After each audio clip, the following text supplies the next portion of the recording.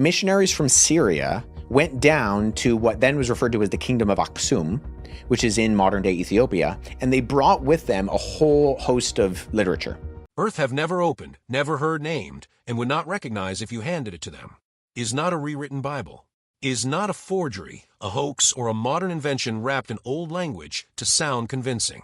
Is older than that. Far older. And the story of how it survived while so much of the literature around it was quietly, and there is a Bible sitting in the churches of Ethiopia right now that most Christians arrowed out of the Western tradition, is one of the strangest and most undertold stories in religious history. This is that story. Not a manufactured secret. The real one. Most people raised in the West grow up assuming the Bible is a fixed, settled object. 66 books if you were raised Protestant. 73 if you were raised Catholic. Those numbers feel permanent, as though they were always the boundary, as though someone somewhere simply wrote down what belonged in Scripture and closed the book.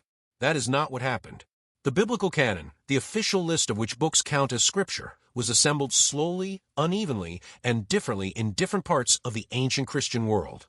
Different regions inherited different bodies of literature, and different church authorities made different decisions about what stayed in and what was set aside. The Bible most Westerners know is the product of one particular set of those decisions, made largely in the Greek and Latin-speaking world over the course of several centuries. Ethiopia's Christian tradition made different decisions. Or, more precisely, it largely didn't make the same narrowing decisions at all. The Ethiopian Orthodox Tewahedo Church, one of the oldest Christian institutions on the planet, tracing its formal establishment to the 4th century, recognizes a Bible of 81 books. Site index equals 2-1. This makes it the largest and most varied biblical canon in traditional Christendom/site. That's 46 books in the Old Testament and 35 in the New Testament, according to the Church's own accounting. Some of those books will look completely familiar to a Western reader. Genesis, Exodus, the Psalms, the 4 Gospels, the letters of Paul, all present, all recognizable. But woven in among them are entire books that most Christians have never seen inside a Bible in their lives.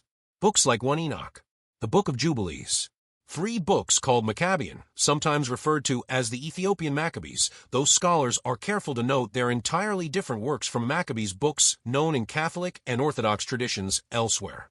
Site index equals 6-1. Together with the Paralipomena of Jeremiah, also called 4 Baruch, these texts make the Ethiopian biblical corpus genuinely distinctive, works either lost to or deliberately excluded by other major Christian communions/site.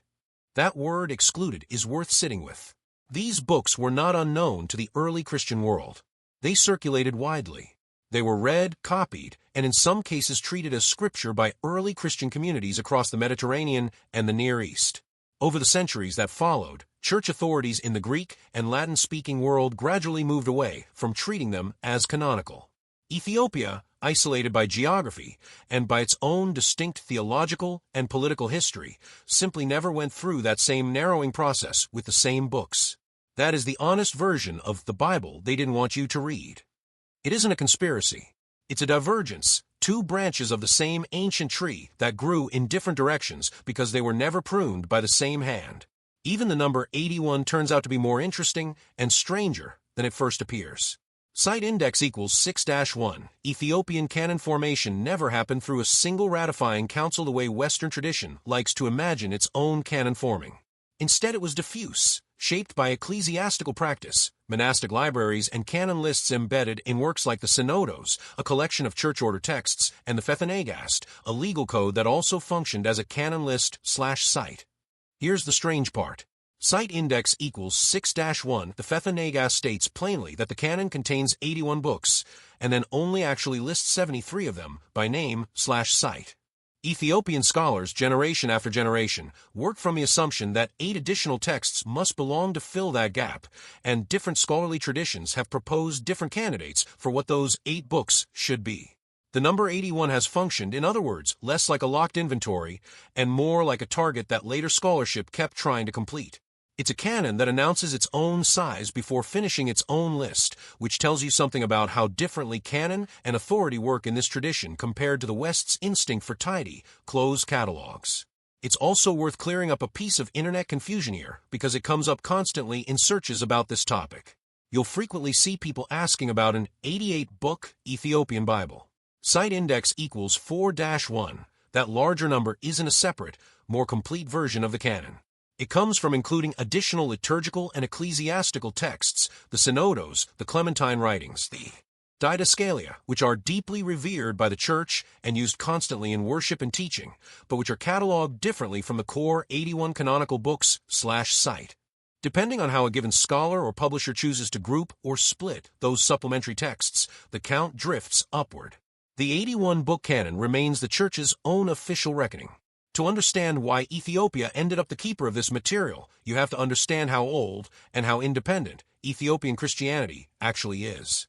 Site index equals 5-1. The Ethiopian Orthodox Tewahedo Church's formal establishment dates to the 4th century AD, which makes it older than the Christianization of most of Europe, older than the Great Schism between East and West, and older than the Council of Chalcedon, whose Christological rulings the Church would eventually reject/cite. By the time Augustine of Hippo, one of the towering figures of Western Christian theology, was born in 354 AD, Ethiopia had already been an officially Christian kingdom for roughly a generation. The word Tewahedo itself, in Guizi, means something close to unified or made one, referring to the Church's specific theological position on the nature of Christ, the belief that Christ's divine and human natures are joined into a single, unified nature. This is the same theological fault line that separates Ethiopian Christianity, along with the Coptic Church of Egypt, the Armenian Apostolic Church, and the Syriac Orthodox Church, from the Chalcedonian churches of both the Catholic West and the Eastern Orthodox world. Site index equals 5-1. The Ethiopian Church remains in full communion with those other Oriental Orthodox churches to this day, while remaining outside communion with the Chalcedonian traditions, even though modern ecumenical dialogue has clarified that many of the old disagreements were more about terminology than substance/site. That theological independence mattered practically too, because Ethiopia's Christianity developed along its own Christological and political path, and because the country's mountainous, defensible geography kept it largely outside the reach of the empires that reshaped Christian doctrine elsewhere. The scriptural inheritance it received in the 4th and 5th centuries, largely through Alexandrian and Syrian channels, was never subjected to the same later rounds of narrowing that thinned out canons in the Latin-speaking West. The books that arrived stayed. They kept being copied, read aloud in liturgy, and treated as living scripture, generation after generation, in a language called Guizi. Guizi is a classical Semitic language, part of the same broader language family as Hebrew and Aramaic, the language Jesus himself would have spoken day to day. That doesn't make Guizi texts automatically closer to the original in some simple sense. Most of this literature reached Ethiopia in translation from Greek or other intermediate languages, not as untouched Aramaic originals. But it does mean Ethiopian Christian literature developed inside a Semitic linguistic and cultural world, at a real distance from the Greek and Latin-speaking imperial centers that shaped the canon most of the world inherited. If you want physical, datable proof of how deep this tradition runs, you can point to a specific set of objects, the Garima Gospels, 2 illuminated gospel manuscripts held at the Abba Garima Monastery in northern Ethiopia. Radiocarbon testing carried out by scholars including Oxford's Julia Jones and the Ethiopian Heritage Fund dated the manuscripts to a range stretching from roughly the late 4th century to the early 6th century, meaning at least one of them may be the oldest surviving illustrated Christian manuscript in the world, older than the famous Byzantine and European illuminated Gospels, usually cited as the earliest examples of Christian book art. These are not symbolic claims. They are physical parchment, physical ink, and a radiocarbon date. The tradition Ethiopia preserved isn't a modern reconstruction dressed up as ancient. It has the material evidence to back its age. Of everything unique to the Ethiopian canon, no single book generates more fascination than 1 Enoch, commonly just called the Book of Enoch. And the reason it generates fascination isn't mysterious internet lore. It's a genuinely strange and vivid text, and it has a genuinely strange relationship to the rest of the Bible. The book expands dramatically on a single, cryptic verse in Genesis 6, which mentions sons of God taking human wives before the flood. Enoch turns that one verse into an entire cosmology. A group of angelic beings called the Watchers descend to earth, take human wives, and father a race of giants. The Watchers also teach humanity forbidden knowledge, metalworking and weapon-making, cosmetics and seduction, astrology, and the reading of omens, knowledge that spreads corruption across the earth and helps trigger the flood narrative that follows. It is vivid, apocalyptic material, full of visions of judgment, the fate of fallen angels, and elaborate descriptions of the heavens. Enoch was influential well beyond Ethiopia. Fragments of it were found among the Dead Sea Scrolls at Qumran, showing it was read and valued by Jewish communities well before Christianity existed. Early Christian writers cited it. And most strikingly, the New Testament itself references it directly. Site index equals 5-1. The Epistle of Jude, in its 14th and 15th verses, quotes directly from Enoch and explicitly names Enoch as the source, treating him as a genuine prophetic voice/site. That's not a subtle echo. It's a direct citation, sitting inside a book that virtually every Christian tradition, East and West, Catholic and Protestant, accepts as canonical scripture. So there's a real irony sitting at the center of Western Christian history. The New Testament quotes and names Enoch as a prophet, and yet the book of Enoch itself was gradually excluded from the canon that New Testament ended up sitting inside. Ethiopia is the only major Christian tradition that kept it as full, unbroken scripture the entire time. Not rediscovered, not smuggled back in, but continuously read in church for something like 16 centuries. Jubilees is sometimes called the Lesser Genesis because it retells the events of Genesis and part of Exodus with far more chronological and calendrical detail, organizing history into cycles of jubilees, 49-year periods. It also promotes a solar calendar, distinct from the lunar-based calendar that became standard in later Jewish and Christian practice. Like Enoch, Jubilees was known and used well beyond Ethiopia in antiquity. Copies turned up at Qumran alongside the Dead Sea Scrolls, but it faded out of mainstream Jewish and Christian canons everywhere except the Ethiopian tradition, where it has remained continuously canonical. Then there are the 3 books of Maccabean. Despite the name's resemblance to Maccabees, these are not translations or variants of the well-known books of the Maccabees found in Catholic and Eastern Orthodox Old Testaments. Site index equals 2-1. They are a completely separate set of texts that happen to share a name, unique to the Ethiopian canon, and found nowhere else in mainstream Christianity/site. Add in 4 Baruch, and you have a cluster of books that simply do not exist as scripture anywhere else on earth today, outside Ethiopian and Eritrean Orthodox tradition. Here's a detail that surprises a lot of people. For most of its history, this 81-book Bible was never assembled and printed as a single, complete published volume in Guizi.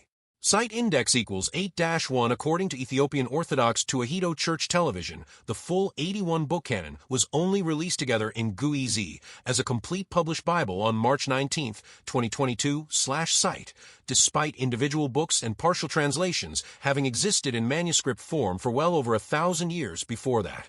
The tradition is ancient. The single-volume printed edition is recent. That gap says something honest about how oral and manuscript-based liturgical traditions work. The books were always being read and copied, just not compiled the way a modern printed Bible compiles its contents into one bound object. Ethiopia's sense of itself as a keeper of sacred inheritance doesn't start with Christianity at all. It starts in national legend more than 1,000 years earlier with the Queen of Sheba, known in Ethiopian tradition as Makeda, and her journey to the court of King Solomon in Jerusalem. According to the Kebra Nagast, Ethiopia's national epic, that meeting produced a son, Menelik I, who would become the founder of Ethiopia's Solomonic royal line. The most dramatic part of the legend concerns what Menelik is said to have brought back with him from Jerusalem, the Ark of the Covenant, the biblical chest said to contain the tablets of the law given to Moses. Ethiopian tradition holds that the Ark has rested ever since in a chapel adjoining the Church of Our Lady Mary of Zion in the ancient city of Aksum, guarded continuously by a single monk who dedicates his entire life to that role, and whose successor is chosen to take over the moment he dies. No archaeologist, historian, or outside observer has ever been permitted to examine the object the Church says is kept there, and mainstream historians treat the Ark narrative as legend rather than verified history. But as a matter of what Ethiopians themselves have believed and organized their religious life around for well over 1,000 years, it is real, powerful, and central, a living tradition of guardianship, not a dead myth. That instinct, preserve, guard, don't discard, is arguably the single thread that connects the Ark legend to the survival of Enoch, to the survival of Jubilees, to the survival of the whole 81-book canon. Ethiopia's religious culture, across very different centuries and very different kinds of sacred material, has consistently chosen custody over curation. There's one more piece of this story worth knowing because it runs on a genuinely parallel track to Ethiopia's, even though it isn't part of the Ethiopian canon itself. In 1945, near the Egyptian town of Nag Hammadi, a local farmer digging for fertilizer uncovered a sealed clay jar containing 13 leather-bound papyrus codices